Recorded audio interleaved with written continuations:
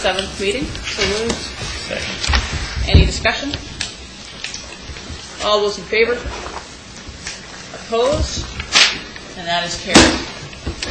Adoption of the agenda. So moved. Second.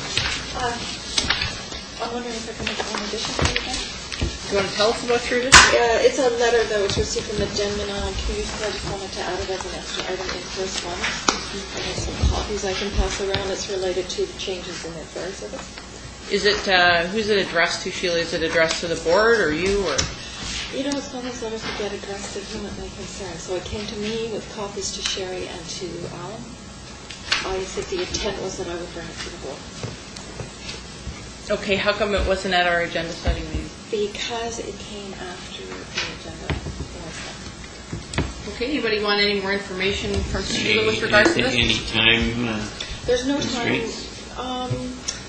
There's no time constraints. I think that would probably is for information and referral to staff feedback, I would think. Okay. Anybody want any more information from Sheila with regards to this? Any other proposed additions? Okay, so for this to be added, we need this to be unanimous. Okay, so all those in favor of the amended agenda? Opposed? And that is carried. Thank you. We'll add that then. Item number 2, correspondence. No, number 3. And you have copies, Sheila? Yes, sir. Okay, we did have an in-camera meeting. We talked about legal issues, property issues, and personnel issues. Okay. Thank you. We have no presentations this evening, so we'll go to old business. Transportation. Basically, I'm just sort of giving some board information as to where we are as of September 27th board meeting.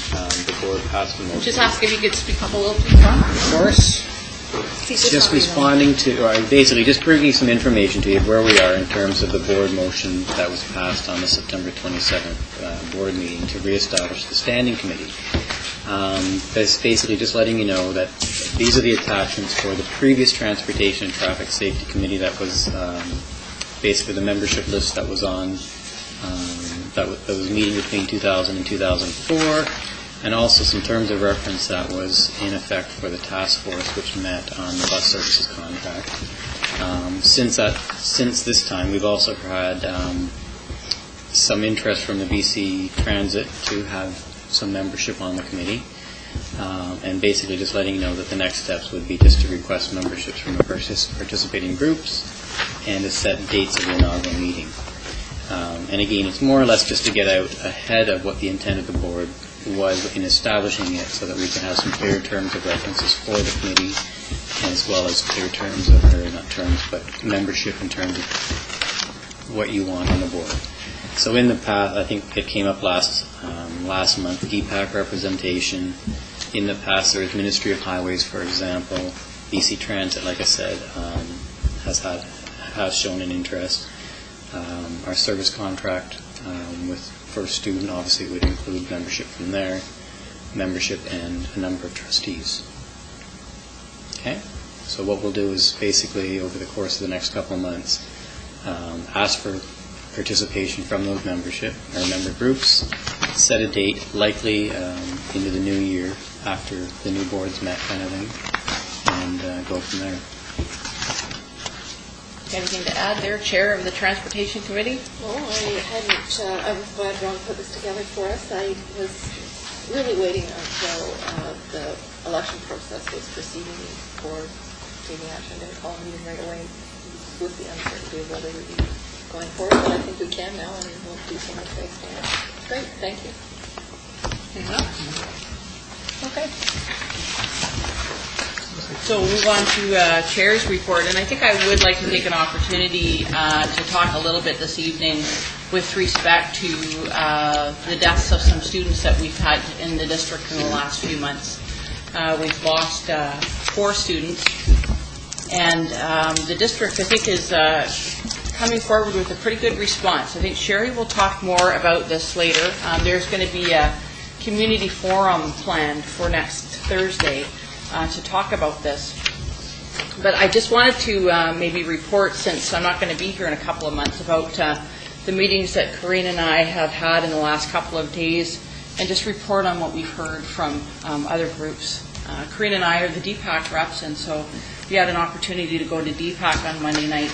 And some of the feedback that we received from parents there was that they thought that perhaps there could be more information put on our website regarding bullying, grieving, depression, and that sort of thing. They wondered, do we educate our kids about what mental illness is? And is there any resource information for kids about this? And I think that probably looks like it will be addressed at next week's meeting, that parents will be able to get some of that information. The students that Corinne and I met with today and the parents at DPAC all wondered about peer counseling opportunities and how that might work in the school system. And they talked about mentor relationships. They talked a lot about, both groups talked about forming connections between kids in the school and adults and between students. And so I wondered, if the district could take a look at some point in the future at what's worked in the past to help kids form good, solid connections with their schools, and look to see if there could be something done there. Today, when we met with these kids, these are just really amazing kids. They're not really kids actually. They're young adults. They're recent grads, and they had some messages for us to consider going forward. Just generally talking about the deaths of their peers and what they go through in adolescence and at school. They had some general things that they wanted to talk about. One was they would like at some point for someone to clarify what zero tolerance means at school. They felt that if things could be kept quite confidential when kids would go to talk to counselors, that would be really supportive of kids' efforts to seek out help.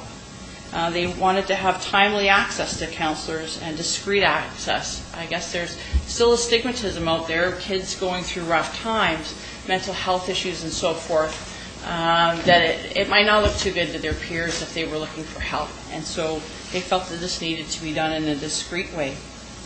Again, the peer support they were wondering about. And they were, today we saw this on the news this evening. Ashley, one of the people that we met with, she was on the news talking about how we need to actually start talking about suicide in the community. And I think that those conversations have started. And Sherry, I hope that you talk a little bit about the work that's going on in the district with regards to that later. I think that the school district can take a good role in there to promote this work. One of the kids talked about having a free hugs morning to promote connections between kids in the school. I thought that was pretty cool. And they talked about maybe having a suicide awareness week in the Comox Valley, where the municipalities would participate in that in the school district. They talked about trying to facilitate great communications between school and home, and I think that that's probably consistent with 21st century learning that the district will be pursuing in the coming years. They also wondered about having evenings where they can come together and share stories and sort of get inspiration from each other. And it sounds like there's something like that actually happening tonight. The Boys and Girls Club seems to be sponsoring an event. So what we talked about with these kids today was, there's going to be this event that the school district is putting on. There's a lot of partners from the community coming to participate in this.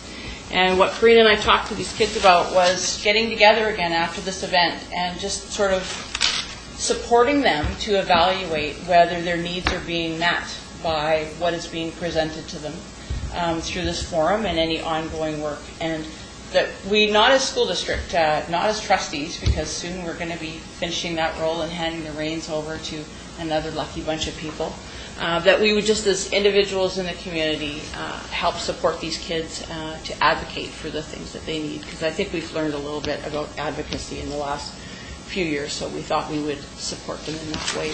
So I thought that I would take an opportunity to just report that out to you this evening, and I just applaud the work that the district is doing to help support families and kids in this time when there's a lot of grief out there, and I hope we can make a difference in their lives. So there you go. A little report. It wasn't 13 minutes, Tom. Do you want to say anything further on this, Corinne, or no? Only that it was quite enlightening to meet with the young adults who have started a Facebook page on suicide awareness in the district, and that they had some concerns that we deal very well when we lose children in our district from tragedies like car accidents or health, but that we tend to not deal quite as well with suicide, in their opinion, when a child is lost through suicide, because they had a personal relationship with a suicide victim from years ago. But I think we pointed out to them that we are making great strides in that it's not easy for us as a society to even talk about death, let alone talk about suicide, but that I do believe that the district is making great strides in that area. So I look forward to working with these motivated individuals, Yeah. to keeping the ball rolling and keeping the community engaged in what's going on. Okay. So you sort of answered, just wondering who this group is? Like if these are kids who've just come together recently, or is this an organized group, or It's coalescing. so kids in the community? Yeah. Recent grads, I think, really is who spearheaded it, but it's taking on a life of its own. I think they're at 721 members in less than 24-hour periods. And are they including students? Like Students, current students as well? Oh, definitely. There are some that are still students within our walls.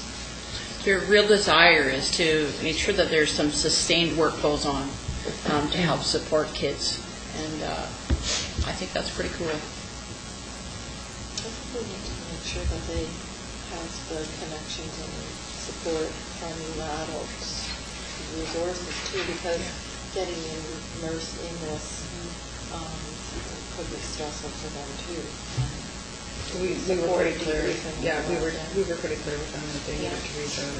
And interestingly enough, a lot of Facebook friends are actually professionals within the district who do it for a living. So, and have offered their help in guidance and organizing and that sort of thing. So it's a good thing. It's good. The Facebook is kind of a mystery to us old geezers sometimes. We don't get a chance to enter that world sometimes, and these kids have made this page, and there are a lot of professionals. We did encourage them that professionals really do need to be involved with these things, and I think they recognize that, and we look forward to attending on Thursday of next week to see what's put forward. Thank you very much for your work with regards to that. All right. So now we'll go to management reports. Sherry? Just very briefly, I'm aware of the agenda and the time. We are in month 2 of the school year, and we're at the end of month 2. And of course, the kinds of things that you would normally expect, the good news kinds of things you would normally expect to happen in the school year do continue to happen. We are right in the middle of a number of junior athletics, lots of sports going on, and we certainly have been working through at the senior level the settling in of rugby and football. And we've had, if you check our website, where there's, we've been very successful in football and rugby recently, and Vanier in particular has been posting all of their wins and their victories, and it's always good to see an athletic program that's keeping some young folks in school or keeps them connected to school. The other thing that I'm not sure that people are aware of is that we made a commitment to continue to immerse as many of our elementary students in their robotics experience, and we've been deploying Stu. Thank goodness for Stu. Stu is out at almost every elementary school, and his task this year is not only to invite either community sponsors or teacher sponsors to embrace the idea of a robotics club in every elementary school, with him providing mentorship shoulder to shoulder for quite a long time. Like, I'm not sure he'll actually ever leave the school itself. That was the original plan, but certainly worked side by side with them. And for most of our schools, they'd had a taste of robotics at the elementary level, but not necessarily didn't have anything that was every week. And so part of Stu's work this year is to get that going every week for young folks, and they certainly are embracing it and certainly are loving it. In some school sites, it is actually an enhancement of what has already existed, had already been started, and taking it to the next level. And we have some veteran elementary young men and women who are now would be starting their third year of robotics. And of course, what they're doing with robotics in their third year is just mind-boggling for me. And maybe I'm a bit of a cretin around that one, but I was on supervision at a school just recently and watched what was happening with robotics with some grade 5 students. That was just simply amazing to me. So that's part of what we had made a commitment to this year with some of our resources and expertise, and it's certainly well underway at the elementary level. And then just finally a report in terms of a good news item that we sent approximately 300 students to the WE Day in Vancouver, and of course most of you know what WE Day is. All of our secondary schools were represented by students who wanted to participate in that, and a couple of our elementary, about 5 elementary students. It's hard to get tickets. It's not that we wouldn't send more. You got to kind of put your name in a lottery for tickets, and you get what you get. And we've been fortunate because we have a couple of avenues of access to put our name in. So we put it in a couple of times. So we got almost 300 tickets this time. And it is just, of course, that we hope to be a life-changing experience, a heart-changing experience for our students. And by all reports, the students that I spoke to and the staff that I spoke to, it was an amazing day.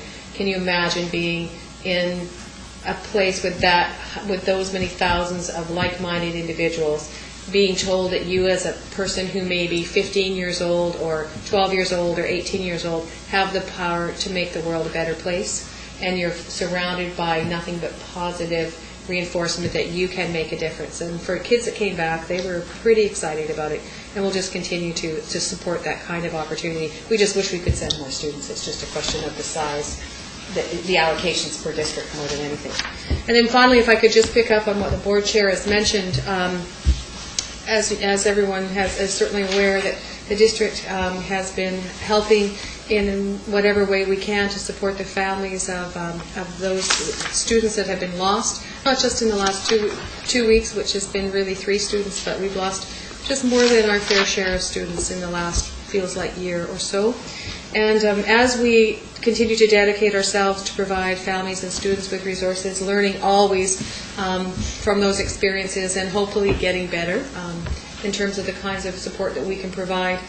One of the things that the Highland community has organized is the community forum that the board chair was speaking about. And all we've simply done, this is the initiative from this is coming from folks who have been talking about this for a while, and of course I said earlier that tragedy sometimes makes you move faster, unfortunately. And so this is the work of a dedicated group of folks out of the Highland community, providing, making contact with community partners who have been so outstanding in supporting our schools and our families in tragedy. And they're going to be coming together to just let folks know, and this is for parents, for families, for students to come to, grandmas and grandpas, whether or not you have a student in your family right now, if you're a good neighbor to folks that do, that this is an opportunity for people to just know that there are resources available in the community that you can access for information, you might need to access for intervention. And so rather than just them being a phone number on a page in the phone book, we've asked these folks to come together. They'll come together at Marcusfeld on Thursday, November 3rd from 7 till 9 in the gym. This is a Valley event. It's for all of us. It's not for a single school or a single community. And what we're hoping is that people will come and be able to hear and believe that there are supports for them available in the community.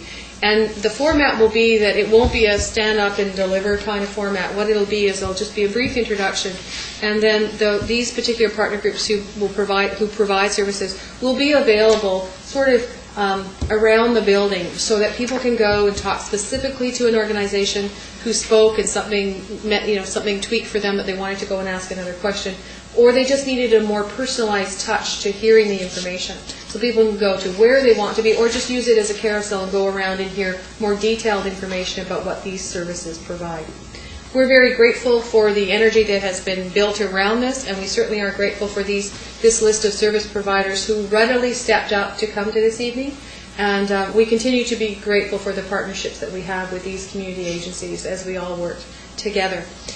What I'd like to just conclude about this is that we're hoping, we will do our very best to get the information out, so we will use all of our usual mechanisms, send our voice to all schools, with students grades 7 till 12.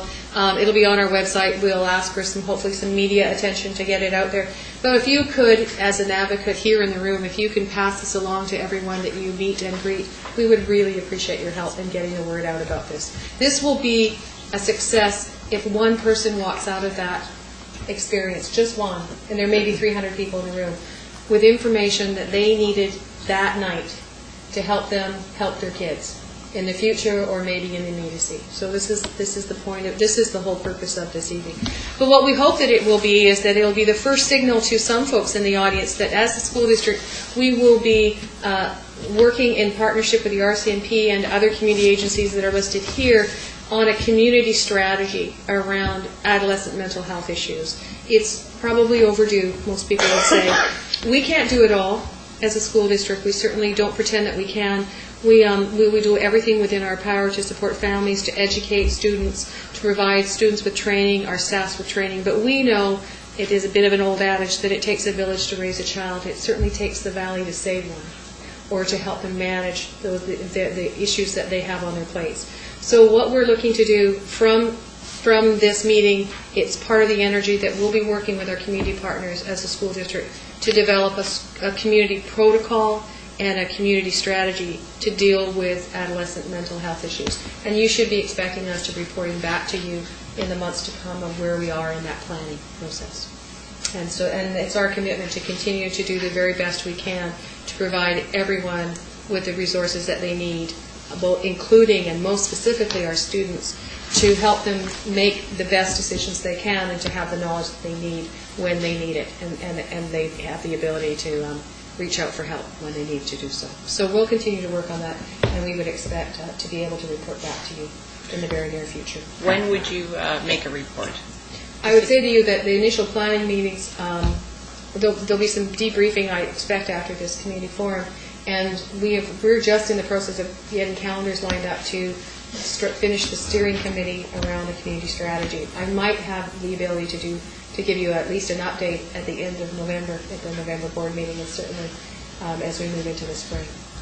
I'm wondering just about a fuller one and something that can go on the action list so that it doesn't drop off, maybe for February or something, do you think? Or I would hope so, but I have to be. My only hesitation is not about our ability to contribute to that report, but we still. There's commitment around getting everyone working together and getting the time to do some work to report on between now and February. I mean, you can certainly put that on the action list. I would be prepared, but I'm just saying that I can't control the schedules of the community partners. of course not. There are some of us that may lobby in the future. So, all right. Anybody have any questions or comments? Okay. So moving on, under management reports, item number 2, as most people are aware, in preparation for moving up the hill, as it's called in the Brooklyn community, moving up the hill to the current Cape Lazo site in January. In the spring of last year, the Brooklyn community, following the policy guidelines, went through a consultation process with parents and staff and students regarding renaming of their new school site for January. And as the result of that consultation process, which was wide and generous, and I happened to see some of the results of the student consultation, and it was very clear to everyone that there is a genuine wish on the community for the school to keep its name. And so before you is a request from the Brooklyn community to rename Cape Lazo, the new site for them in January, as Brooklyn Elementary School. So I'm asking the board to consider the renaming of Cape Lazo's site. I make a motion that the board accept the request from Brooklyn staff and community to rename Cape Lazo as Brooklyn Elementary School. Have a seconder? Want to speak to it? I think Sherry spoke very eloquently how the community would like the name Brooklyn Elementary School. I respect the wishes of the community, and I would like to support them by naming the school after, I think, a tradition. Brooklyn's been there forever, and let's continue the tradition of Brooklyn. Fran? Just a question, in terms of the Aboriginal naming of Lazo, is there anything that needed to be done or discussed about that? The Aboriginal. I thought that it was a naming ceremony, so I didn't know if there needed to be an unnaming. I raised this Nope. at the agenda setting meeting. Okay, and I'm not aware that there is an unnaming. When we've asked in the past, there hasn't been, but I can clarify that for sure and make sure that we do it correctly. Absolutely, yeah, for sure. Thank you. Anyone else? Corinne? So I know that something came up at Cumberland Elementary where there was a possible name change there, and I know that we do have a policy on school name change. Does this fall within the policy guidelines? It does, absolutely. It's both the process to come to this name request and certainly the name itself does. Anyone else? So, in terms of the motion, would that be subject to anything that needs to be done? Or would the motion need to be amended in order to have that happen? The First Nations thing? Yes. Sherry? I would think that if there is anything that needs to be done, we would do it before the school actually accepts, the new site accepts its name. And would there be nothing about that would preclude you from accepting the motion that the school community wishes for their new site to be called Brooklyn Elementary? And because it's January, if for some reason that couldn't be done, I could bring it back to the November meeting. Anyone else? Okay, all those in favor? Opposed? And that is carried. Thank you. Item number 3 is also my item, Madam Chair, and that is, you had asked for a update on the status of the AAC's request around Policy 1100. I met with the AAC chair on Friday, just to hear specifically, because I hadn't been included in the AAC conversations, I hadn't been at those meetings, I wanted to make sure that I could capture what it was that they were thinking about. And at that time, the board chair, my apologies, the AAC chair mentioned that the AAC had asked for consideration of membership in board standing committees and committees where they would sit as co-governors. And she also asked, however, that at this time, because the AAC is actually going through a new election tomorrow, actually, and because she's not certain, she wants to discuss that request with a new board, that if we could place this on hold until the election of the new AAC members, she would appreciate it. Part of the concern is around an acceptance of a responsibility to provide more representation at committees, various different committees. If the board was to acknowledge this request, she wanted to make sure that the new members of the AAC were in favor of that, wanting to do that. So she had asked me if we could place this request on hold, and I would bring it back to the board once I'd had some direction from her. Okay, so we could amend our action list to receive a further report by when? The AAC, their elections are tomorrow. They probably don't take hold until December, and I would suspect they'd have to have at least one AAC meeting with their new board so that the board chair, chair could discuss this with the members. So I think January. Okay, so we could just amend that to receive a further report back from you in January then. Great. And 3, Madam Chair, if I could move the speaker of item 4 to the Assistant Superintendent. Thank you. Number 4, through you, Madam Chair. Just to report back on the work that we did in the spring of outlining the plan for the implementation of Policy 3075 and its accompanying regulation, sexual orientation and gender identity. The briefing note gives an update of sort of where we made, which steps we have completed. We had a couple of counselors work for various days in the summer, and they have reviewed the directions from the policy regulation, investigated and gathered resources. There's some incredible resources available, and they're gathering those for elementary and for secondary schools.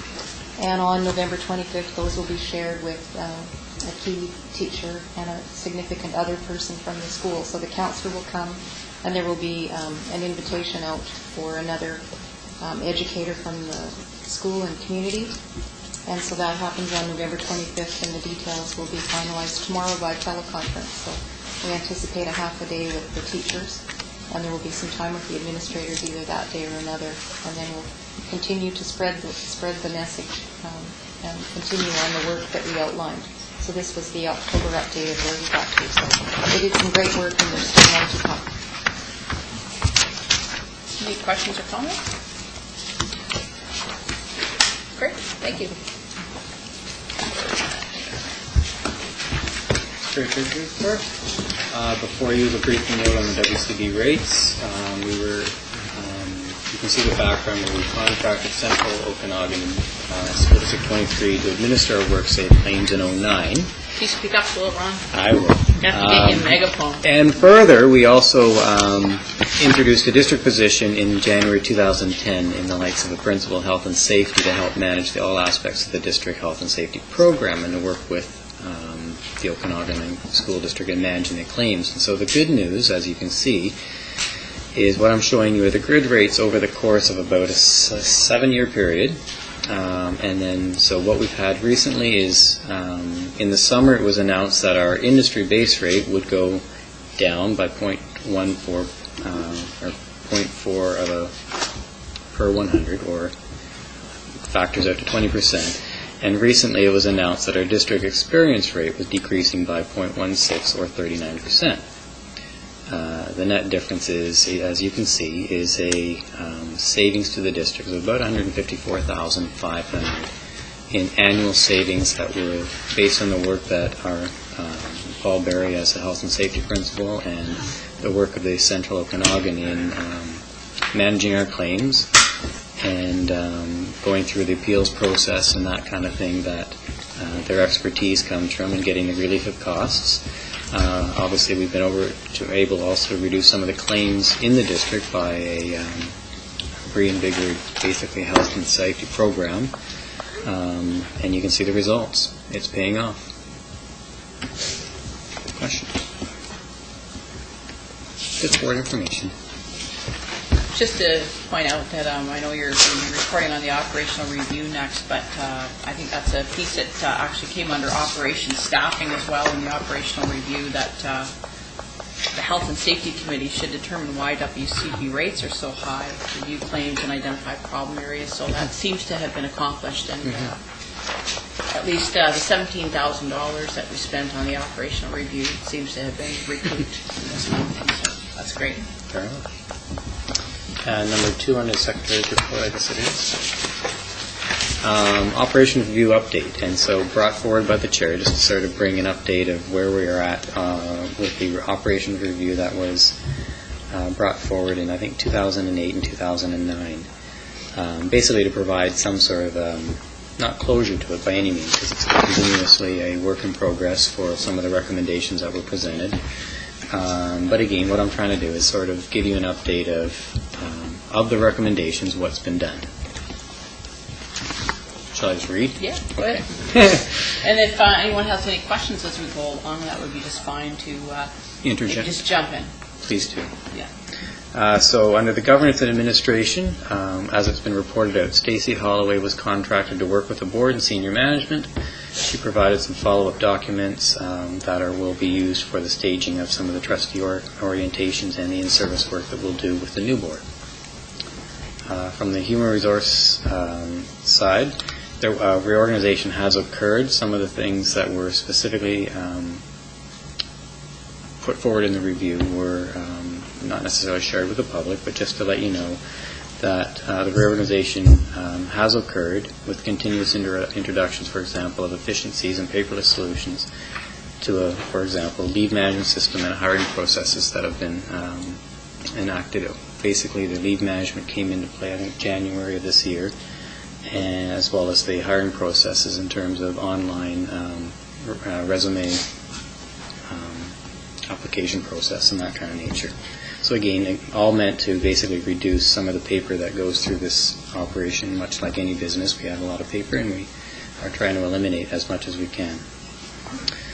From the financial management, it was pointed out about the FTE. So the employee FTE continues to be the basis of our budget process with monthly monitoring of fluctuations. So not only is it the basis of the budget process in terms of identifying the number of FTE teaching and support staff that our budget can support and therefore need, but also on a monthly basis as the year progresses, we obviously, or I, track out the number of FTEs against budget and report it to senior management as we go along in the year. So it continues to be a focus. In the financial reporting aspects, we continuously use projections to fine-tune and regular review. There will continue through the board and committee work. And again, this is the Vergara projections that we use to develop the budget. It starts the whole projection process in terms of trying to develop our budgets for the new year, establishing how many kids are projected to be in, and from that you develop the funding formulas and therefore the staffing levels that are required to support the kids in the community. So that continues to happen. Not seeing any hands. International Student Program, again, it's continuously is being monitored as the program goes along. The most recent was a policy development adopted on the 27th of September to deal with, again, some of the international policies that are in place for the district. Purchase orders was also itemized on the operating review, and as reported out in May, I think it was. P-cards were introduced in February 2011, as well as the updated purchasing policy that went forward as of September, and these have provided a lot of efficiencies to the purchasing system, thus also clear guidelines for control for the district itself. Paper usage. New playbooks, one of the things, again, was pointed out on the operations review was the amount of paper, again, for meetings, committee work, and that sort of nature. So one of the things was the playbook, so BlackBerry playbook, not that we're advocating in, but anyways, the BlackBerry playbook tablets were introduced as a means to be able to read online your emails, your attachments, and that kind of nature. As well, we're continuing to be monitored through the BC Carbon Tax Initiative, the number of pieces of paper that we generate. So by the nature, we do an annual, obviously, count as best we can, but as was pointed out in the review itself, it's hard to know how we compare to other districts. That doesn't get shared back with us, so we basically monitor it with our own progress, obviously, in terms of an annualized numbers. When I remember looking at the numbers 2 years ago and saying 17 million pieces of paper, is that too much? Is that too little? I don't know, but obviously we continue to monitor it and look for ways of dealing with the paperless solutions that we are all trying to maintain. Corinne's got a question for you. So do we know if we're less than that number from 2 years ago? We are lower, but you don't know, again, when you've only got 2 years of benchmarks, you don't know if one was because we're buying from a different source and that kind of thing. We are lower. Marginally, significantly? Marginally lower. Like I know it was 17 the first year, 15 the second year.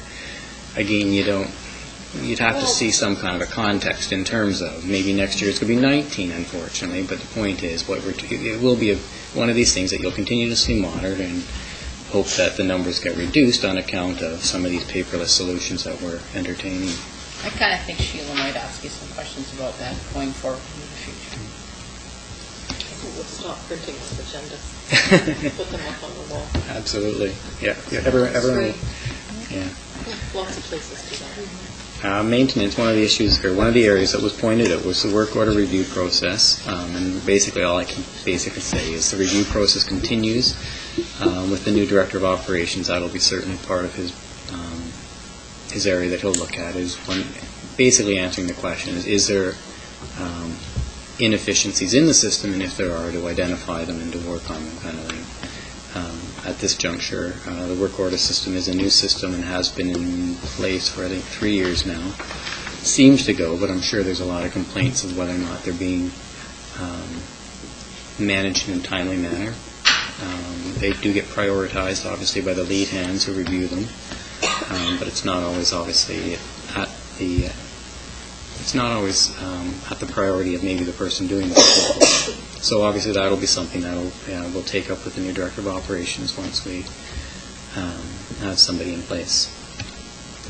The buildings, this I think specifically was the maintenance building itself.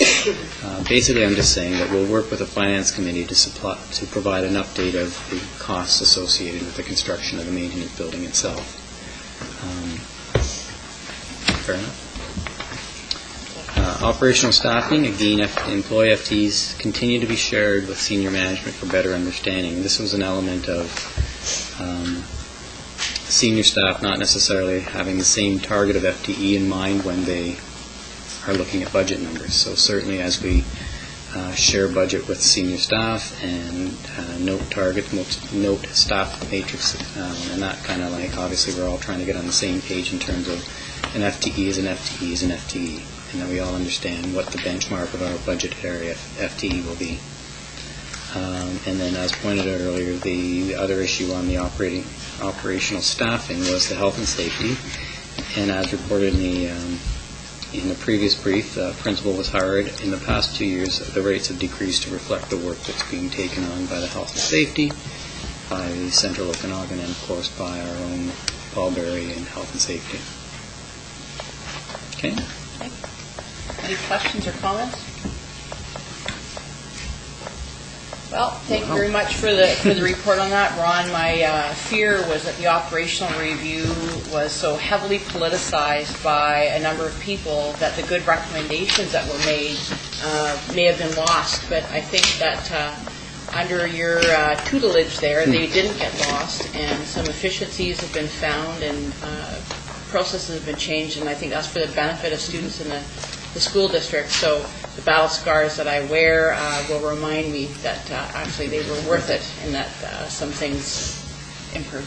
Thank you very much for your work on this. All right. Second? Any discussion? All in favor? That is carried. Thank you. Anything, Linda Marie, for you? Not this month. What do we have as a resolution? Finance Committee, gone on hiatus. The chair is too lazy to call a meeting. It's been referred to us, so we don't. Would you like something? Not at this juncture. Policy Committee, Tom? Madam Chair, on page 11 of your agenda package is the brief summary of our October 12th meeting, and I move to receive the report. Seconder? Questions, comments? All those in favor? And that is carried. Thank you. There was no Education Committee meeting, so we'll move on to Janice. Okay, there's two reports. The first one is a written report regarding our Vista Branch meeting in the fall, and I hope everyone's read it, but it was one of the best meetings I've gone to, I think, in a long time, and it has to do with the workshop that we have with Rob Goodall and Sherry Moore-Arbor from BCSTA facilitating conversation about 21st century learning, and that we had 35 trustees from around the district, from Vancouver Island, plus a number of superintendents, including our own superintendent, Sherry Elwood, who was my scribe at table number 2, because I can't write. Anyways, and it was really good, and I talked to Rob in Vancouver, Rob Goodall from BCSTA, and any boards wanting to work with him and have a conversation about this coming in the new year, he's more than happy to work with boards on 21st century learning, moving forward, and what the roles of boards are in supporting our students and achieving success in the ever-changing future. And Tom, Sheila, and Sherry, you were also at that meeting. Would you like to add anything or add to that? The piece that sticks with me, we were talking about what trustees need to have, and the one piece that stuck with me and it popped in my head is that we need trustees that are current, caring, and courageous. And that's sort of, I thought that summed it up. It was a good meeting. And the second one I would like to give in a written report, but just this weekend. And when you have the Minister of Education walk into a meeting, take off his jacket, roll up his shirt sleeves, and talk for over an hour and a half, it was quite interesting. So I will try to give a brief synopsis of some of the announcements he made, which will be coming through the media shortly, but you guys get to hear it because I was there. We did have a conversation on Friday night regarding the BCTF and of employers regarding what's happening in labor. And basically what I know is what you know is in the TV and the media still. And there's really nothing new on that front. But Mr. Abbott's presentation to Provincial Council, he updated on issues that are happening. Some are related to dollars. Others relate to the College of Teachers. In fact, that College of Teachers issue will be front and center later this week in government. There's a combination of work done by very good people and hoping for a more sound structure. You talked about the BCSTA school trustees and the funding formula. It's a difficult one to reconsider. The formulas are tough, and we need to take into account the diversity of many districts in need, so that's something that we're working on. He did not anticipate the finance minister giving the ministry any new dollars, but does not think we're going to lose any monies. He talked about being prepared to reconsider funding around the Community Links funding. He does not like the current funding formula. He does not like the current funding formula on transportation. It's concerned with the number of boards, and he hopes to see some issues over the transportation dollars. So these are things that are coming down the pike. He hopes to finalize a new package on school capital and talked about Surrey being the ground zero on population explosions. He talked about Bills 27 and 28. He referred to, we've been through this before, he referred to Bill 29, and that was the health issue, as a model to resolve these issues. He hopes the BCTF will join Bill 27 and 28 table and have a discussion on how to resolve these issues, and would like to continue to have a conversation with the BCST president and school trustees. He referenced and touched on the school-based model over the collaboration with teachers and principals and superintendents over classroom sizes instead of Bill 33, whatever that meant. So it's just a conversation we're having. He talked about education renewal and why he came to the ministry. He did not come to simply manage a crisis. He came to try now for his grandchildren to build a better and stronger education system. In some distances, we have great, excellent outcomes. He talked about Aboriginal education, how some districts are awesome. They're doing a great job. We still have a long way to go with Aboriginal education. And then he talked about the College of Teachers and the changes that will be coming later this week to the Act. And there's a new name coming to the Council. And currently there are 41,000 public school teachers who are members. And the goal was to increase public confidence, make teacher regulation system more sustainable, durable, support the growth of mature, respectful relationship among educational partners, establish a framework to advance teaching excellence. He touched on many of the news reports and articles that dealt with the disciplinary process of teachers, the aim of the college to make it more transparent, the process to resolve, and hopefully we can make the system more sustainable and durable, and hopefully it will work well. And one of the things he talked about was building an open and respectful, constructive dialogue among members. He stated that you can pretty much expect the government to be at war with Teachers Federation and said it's time to move on and that it is no longer acceptable. He is convinced that the Teachers Federation will have been partners and we need to be working again to work with students receiving university colleges. Then he talked about the upcoming changes in more nimble and flexible one to meet the needs of 21st century learners. He talked about the new priority and the new vision. And there are 5 points, and we were given those 5 points, and I think they're going to be on the website sometime later on. And he talked about, he did talk about the foundation skills and assessments, and it sounds like he likes them and they're going to stay. He doesn't want to get rid of them. He talked about motivating students, outstanding teachers, committed parents, skilled administrators, and dedicated education partners are working together. And the 5 key elements to move our system from good to great is personal learning for every student, teachers, students, parents working together to make sure students' needs are met, passions explored, goals achieved, student-centered learning, learning that reflects the times in which we live and recognizes the promise of every child. We should make our schools a place that kids are excited to be and how we take the current structure and system. Second one was quality of teaching and learning. New legislation and a new system to regulate teaching profession is coming.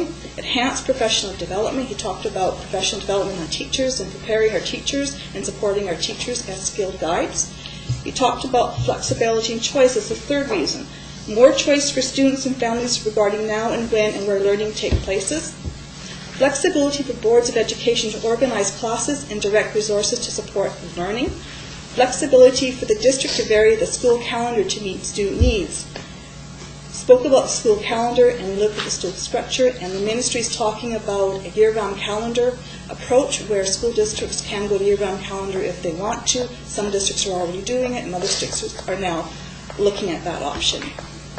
He talked about learning empowered by technology. smarter use of technology, preparing students to thrive in increasing digital world, allowing students to use current emerging technology in learning. Schools will have internet connectivity to support learners and educators, which is odd because some schools don't have internet because they're in the middle of nowhere, so we can't figure that one out.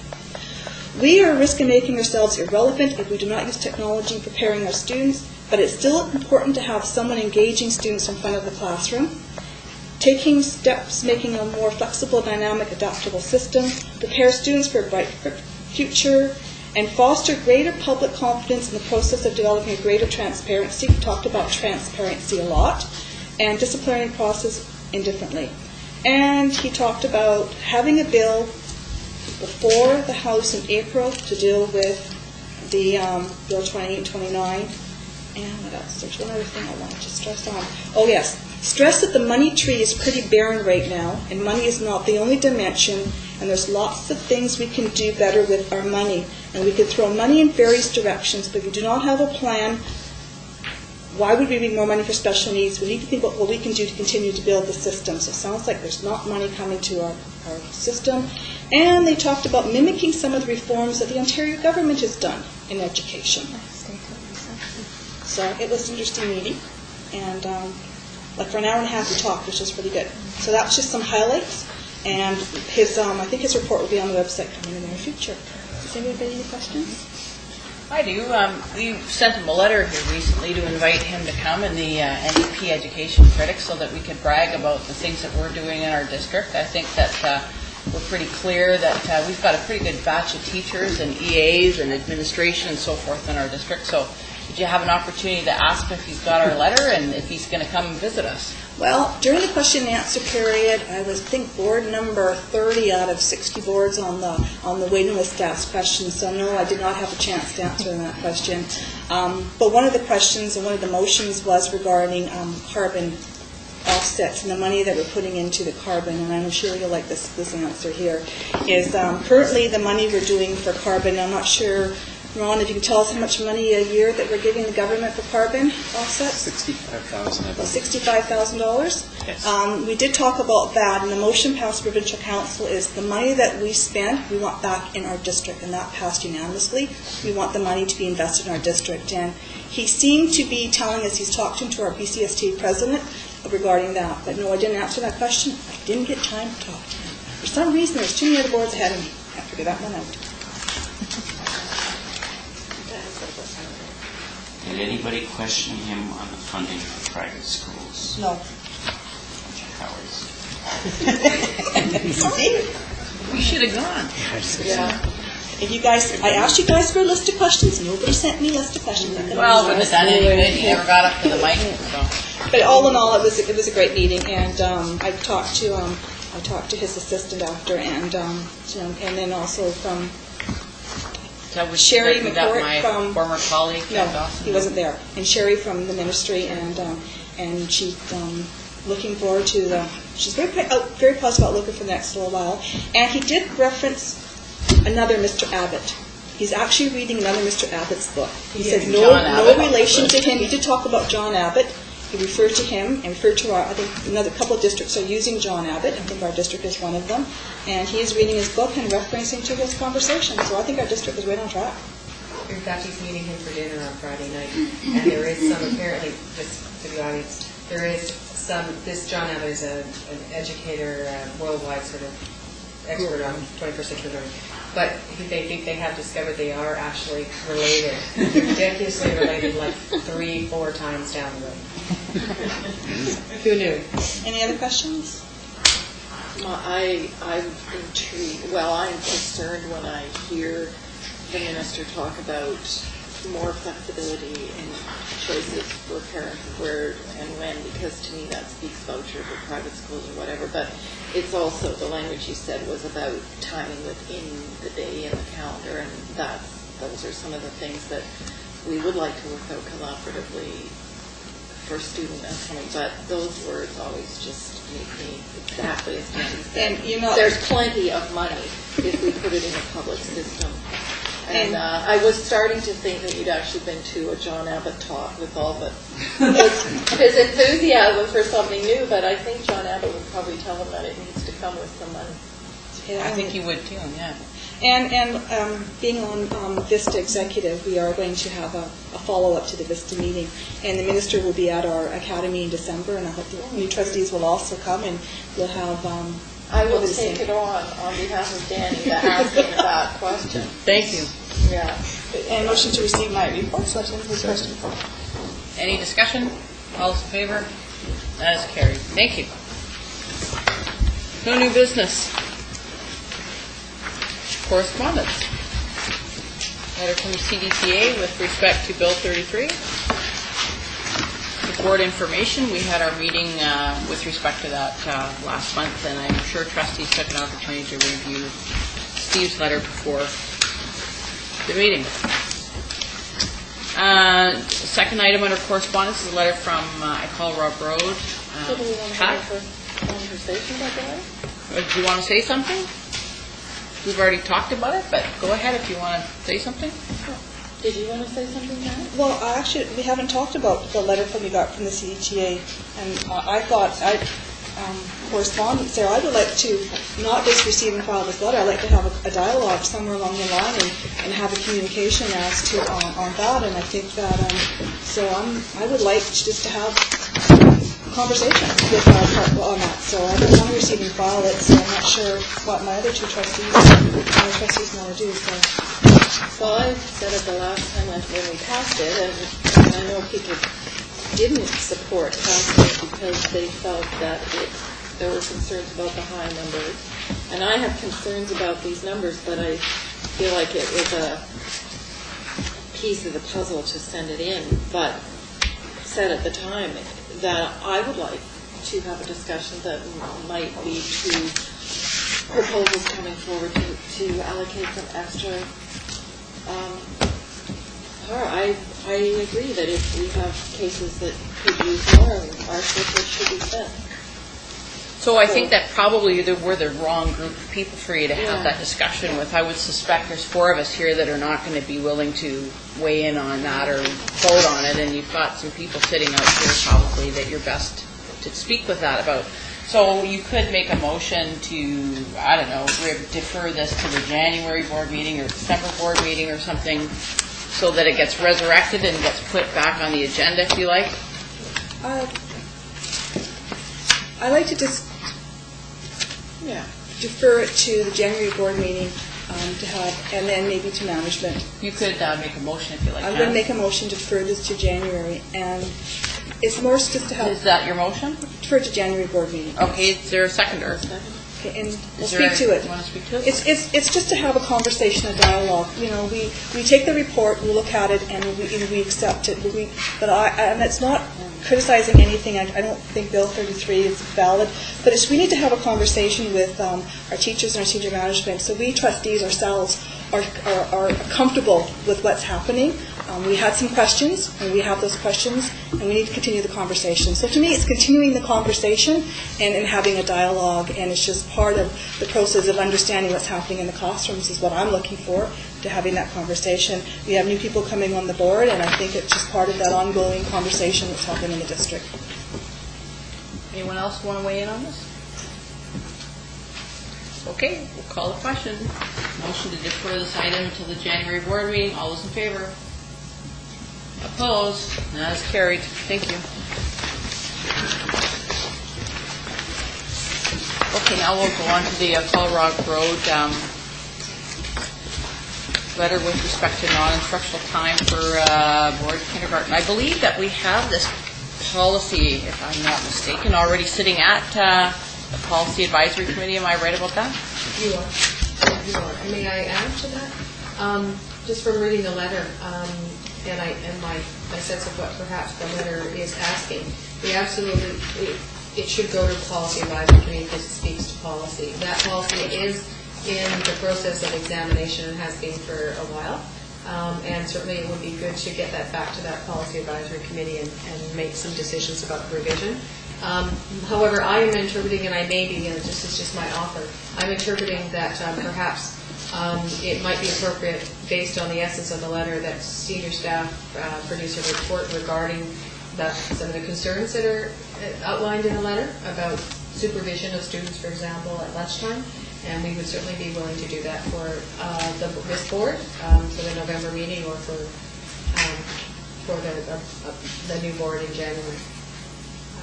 One of the things I want to respect in the letter is that when it goes to policy, a quick response doesn't always happen. That's the work of policy, right? And so what I'd like to do is respect the essence of the letter, which is I think there's a concern there, and we can either address it or at least share information about what currently exists and still do policy work at the same time. I would concur, and just checking my handy-dandy list here, that policy, I believe, has been sitting at policy committee since June 22nd, 2010, and there hasn't been any movement on it, so. And there was a wait for it. There was some information that was waiting, and then it fell behind. So what I'm saying is that we could do, it should go to Policy Advisory Committee for re-examination, and we certainly could produce a report to address some of the concerns in the letter. Fran, and then Danny, and then Janice. So just to expand on what you were just saying, Sherry, and as I often approach things in terms of the short-term and long-term, I agree the policy, looking at the policy as a long-term solution, and short-term, I was thinking about something in between, even now in a report in November, in terms of assessing the situation, because it's not unique to Rob Road. It's something that arose suddenly with all-day kindergarten and new situations, and particularly in some schools that are larger and have different configurations. So just wondering what if anything, makes sense before even getting to the report stage for next month. And so what I'd like to say is that from our perspective, there are some inaccuracies in the letter, and part of what a report from us could actually address the specific inaccuracies and some of the general statements, and that's what a report could do. At this point in time, we as senior staff have not received any complaint directly to us regarding École Rob Road. And so what we've done is gone back to the principal and talked about what was in the essence of the letter. And that would be the shorter term solution that you're looking for, if there is a solution that's needed. As I say, not all the information is accurate. And I don't really want to, I think this wouldn't be the appropriate place to do that. So with your indulgence, we'd like to produce a report and continue to address this particular concern with the parents at École Rob Road in the short term before November. Maybe if I could just say something with respect to that. This came up at DPAC on Monday night, and perhaps the reason that you haven't gotten any complaints is because what's happened, a couple of schools reported that when they've called in to complain, they've been directed back to the school to talk to the principal and have been told that that's principal's work and it's not senior staff work. So the board most certainly has received some complaints with respect to this. Dan? Well, you must have been reading my mind, because I was going to propose a motion to refer to management of the report back next month. Well, there we have it. Is that your motion? That's my motion. I second the motion. Okay, so we'll go with that then. Anyone want to say any more to that? No. Anyone else? Full study. Right? Yeah, I think it is not just a problem that's École Rob Road, as we found out at DPAC, and as I knew already, because Brooklyn, I think Fran was alluding to Brooklyn, they are a unique situation in and of itself, because it's a first year with all-day K, and the oldest students in that building are grade 3. So you have grade 3 supervising 4- and 5-year-old children. That's who's sitting in the classrooms with these kids. So I'm wondering if there aren't creative solutions, such as for kindergarten only maybe, if teachers, the last 15 minutes before the bell rings for lunch, if the kids were allowed to eat while the teacher is still in that classroom reading books, and if this could be done. And those are the creative solutions that we can just explore. That might be a really good idea, because I think it's policy moves slowly, and I think this is a solution that people are looking for before we have a choking incident. And we're willing, that's what was proposed. That would be good if you could include that in your report. And for me to sort of look past some of the things, I know that I guess there's a reference to the Child Care Act, and that doesn't necessarily apply when we have the School Act. So, you know, that aside, looking beyond that at the essence of the concern for safety here would be useful, I think. Anyone else? Is this actually the policy that is really a policy? It's just a one-page chart? Yeah. I think that's why one it's of the reasons it needs to hasn't be moved examined. anywhere, is that it wasn't thought that it was a policy, it was a management operation and finding the right levels of staffing appropriate when it was not really a policy development issue. So Nonetheless, happy to that's get your report. a policy advisory committee issued a report back on. So what's the motion that we've got, Debbie? Refer to management for a report at the November board. Okay. And refer to policy advisory. I don't think that was part of the motion. Do you want that, Danny? Was that your intent? My understanding was it was already there. so Yeah. So it is why would already we do there. it? Okay. So, all those in favor? And that is carried. Thank you. So, Sheila, did you want to speak to this? Yeah, I just wanted to bring forward this letter, which is from the Denman parents. Some of you may be aware that there's a proposal to replace the ferry with a cable ferry. And people on the island have some concerns about this. The proposed cable ferry would be the longest stretch of cable ferry anywhere. So it's a bit of a pilot project. Specifically, from the parents' perspective, they're concerned that if there's a breakdown in it, their children would not be able to get home.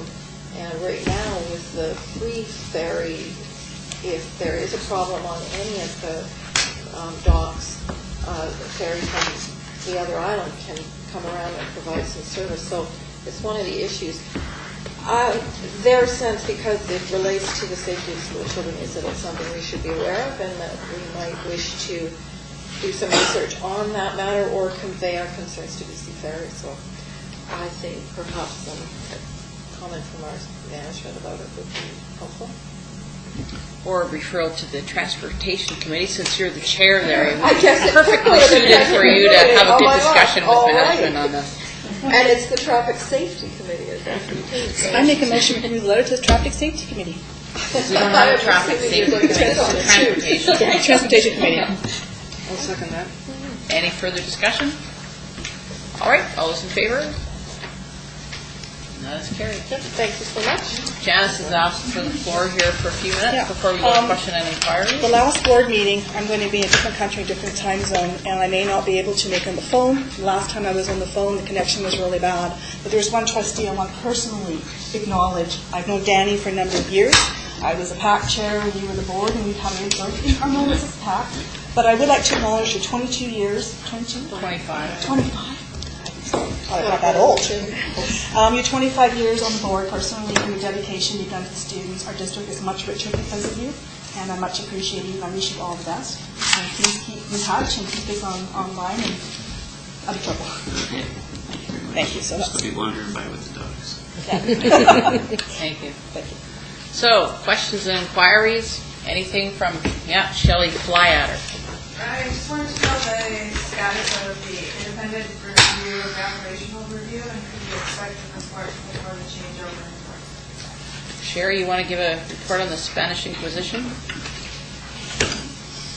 What I can say is that the board directed me to find a service provider to direct the inquiry, and I've just received acknowledgement that of the person that will do that inquiry. They have accepted that they haven't done it because I just got it tonight, but they will accept that with the understanding that the report needs to be done absolutely as quickly as possible. And I don't anticipate that it can't be done very quickly. Anyone else? I've noticed on the website June and July board meeting minutes aren't there.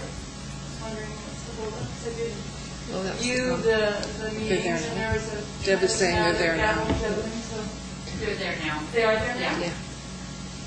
So maybe just for our information, what causes the delay with getting things on there? Just, is there anything specific or just work? No, it's just timing. I mean, it's kind of- I think you're busy in your day now, supervising on Supervision. playground, so Supervision. that may have interfered, but, okay, thank you. Just wondering if someone could elaborate on the inaccuracies in the letter regarding Sherry? As it's described and by the parent, is not how it is being operationalized, and that's really what I say. So when I spoke with the principal, I appreciate that it was a general statement that was made, but that, for example, in some of the classrooms where There is reported to be elementary students supervising lunch eating for kindergarten students and such. The general statement is that students under the age, there are actually adults supervising in those classrooms. So what it is that we need to still address the concerns and hear from parents what those concerns are and continue to do what we can to deploy those. But to be fair, the principal of the school isn't here, and neither is the person who wrote the letter. And normally what we would, okay, I'm sorry, but normally in a board meeting we don't get into that detailed conversations via letters. And it doesn't mean that the concern about pupils supervising students eating isn't authentic. It is, because there are other classrooms at other grade levels where that has been the norm for quite a long time, not just this year. So that's what's really important for people to understand. And so it will, as we report back to the public and report back, we'll bring to you which is the normal standardized formula for staffing, and then we'll show you probably the many times where when we have the resources to be able to deploy them, we actually stretch those formulas for all kinds of unique reasons per school, per classroom, and part of what it is, and it's been like that for a very long time. Part of the spotlight this year is that we're in phase 1 job action, which actually puts rookie supervisors, like folks like me, on crossing guard duty, and we stand out like a sore thumb, of course, and so it makes people more conscious about supervision. But certainly, we'll take the concerns of the letter very seriously, and we'll work on that school by school, but also we will be able to explain how we initially apply the formula for supervision at a base level based on student population, grade configuration. This, for example, you would expect that the supervisory levels are different from secondary and elementary, that kind of thing. With regards to full day K and the planning and budgeting process that I understand moving back many years, I was wondering how much money was allocated for supervision? Zero. $0. When I was researching, it's indicated that it was recommended or indicated both by the BCFTA and by the Ministry of Education. They had a 2009 brainstorming meeting where they recommended that districts look at it. The trustee federation when I searched for full day K clearly outlined that it's something that the board should take back. So there was $0. There was no dollars from the ministry around. The ministry very clearly. There is dollars allocated to supervision based on the student population. Those kindergartens came in and generated a certain number, an extra half a FTE, but there was no money given from the ministry, which is what districts were asking for and boards were asking for. If you're going to, are you going to supply some of this staffing, teaching staffing and supervision staffing, now that the kindergarten students are in full day? And the ministry said, no, you need to find those within your own resources. But there was additional, because of those students staying there all day, that increased the student population. Their money doubled. Yeah. Because there has to be. Well, it doesn't exactly work like a double, but yes, yeah. It does. Anyone else? Carolyn. Well, I'd just like to preface my question by saying that I'm quite disappointed to hear comments about you personally wearing battle scars and references to the Spanish ethnic position. Because as I sit here, I can't help but look at the stated vision, mission, and values of the school district, and one of the values right now, accountability and shared responsibility. Yeah. And it's very sad that you are ending the term of having served for 6 years in public office and feel that way. And I just want to be very clear up front that it is with the full spirit of accountability that I think it is very important that members of the public come and ask questions about decisions of the board and whether they are in the best interests of students.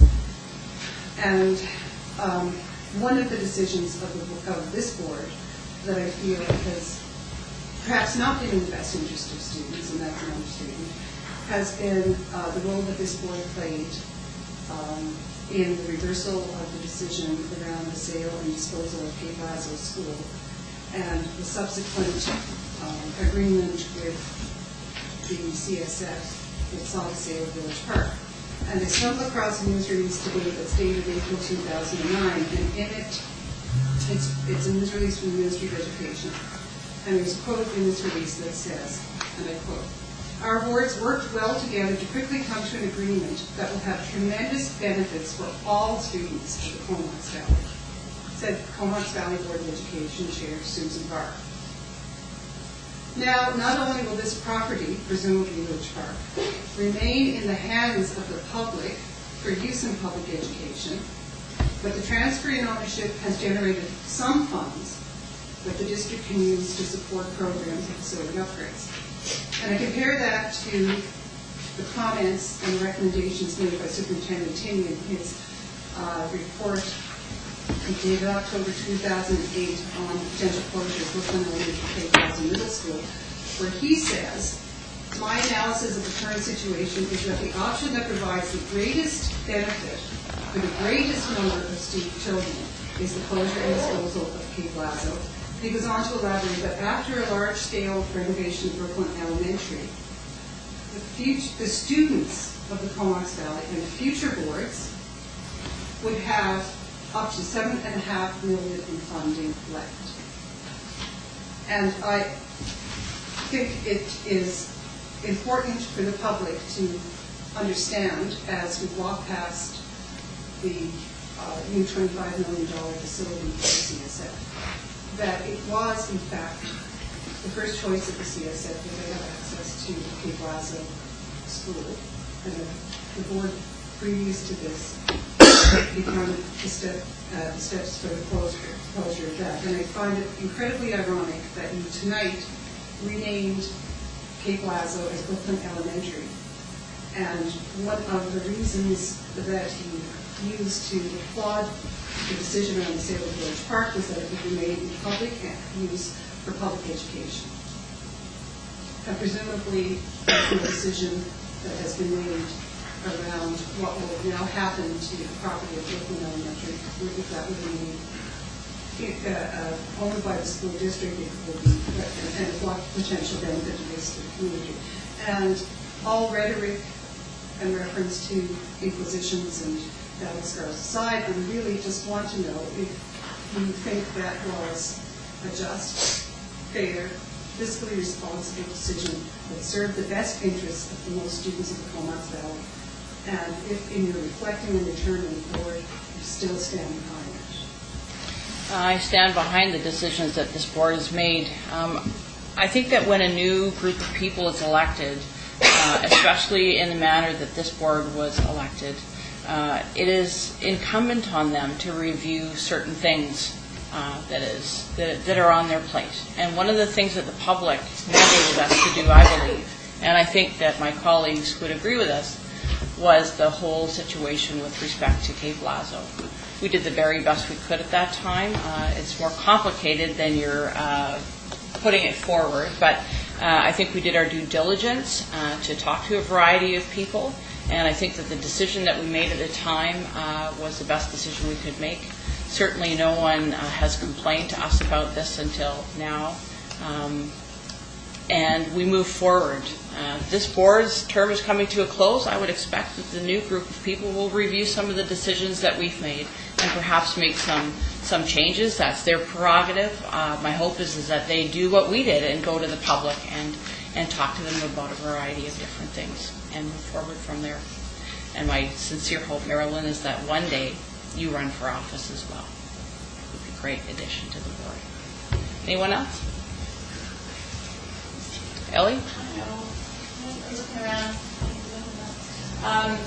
I'm going to, with all due respect to Director Douglas, bring up Band 7 again.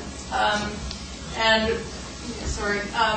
know that, in reviewing Band 7, the options that were provided from the committee, I know it wasn't very popular with principals at the time. I'm wondering if this board, I'd like to request the board, or if this board is considering a review of Band 7, including the children that are not taking Band 7 and what they're doing. I have a child in grade 6 who will be in grade 7 next year, and if I choose to put him into a band program where the result will be children who are not taking band or washing dishes in the kindergarten classroom, I think that we are failing our children. I've heard that grade 8 enrollment in band has dropped as a result of children, their experience with Band 7, so I would like to see or review Band 7. I think that principals and Director Douglas are doing what they can, but I do think it needs to be reviewed. I'm just wondering if you took the opportunity to go to the Band and the Round event that Director Douglas I'm not questioning organized. the validity of the band. I am saying that the 100% of the cohort has to succeed. And if there are children who, for some reason, cannot physically or emotionally take a Band 7 program, I think that it is the responsibility of parents who have children who are succeeding in band to make sure that those children are dealt with. And if they're washing dishes in a kindergarten classroom, I think that's unacceptable. Are you telling me you don't have faith in Director Douglas and our principals to ensure that a good program is provided to our children? That's not a fair comment. No, it's a question because Director Douglas has bent over backwards to report on this several times, and I would say politically, Shanna, you're making an issue of this as well. I am not. What kind of a comment is that? It's a fair and valid comment. We are speaking of different children. I want that clear. She's speaking of another child that she knows. My child is also one of these children. Yeah. I haven't said that. I don't know that she's washing dishes. She's in a different kindergarten classroom. But yes, I have a child that chose not to do Band 7, and there was no further offerings. Shanna, it was reported in the newspaper that you said you thought your child had to take Band 7. That's what was printed in the newspaper. Well, we know that's not. Okay. So that's not true. Point of order, And so Madam Chair.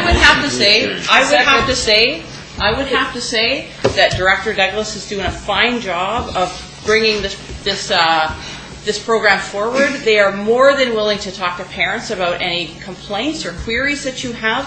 I know that last month we made our director available to parents to go and talk to with respect to their concerns, and if you have not availed yourself of that opportunity, I suggest that you do that soon, because this is a fine gentleman and he will be happy to speak to you. We have a motion on the floor to adjourn. Do I have a seconder? All those in favor? Please talk to us. Please, Opposed? let us help. And that is carried. Thank you.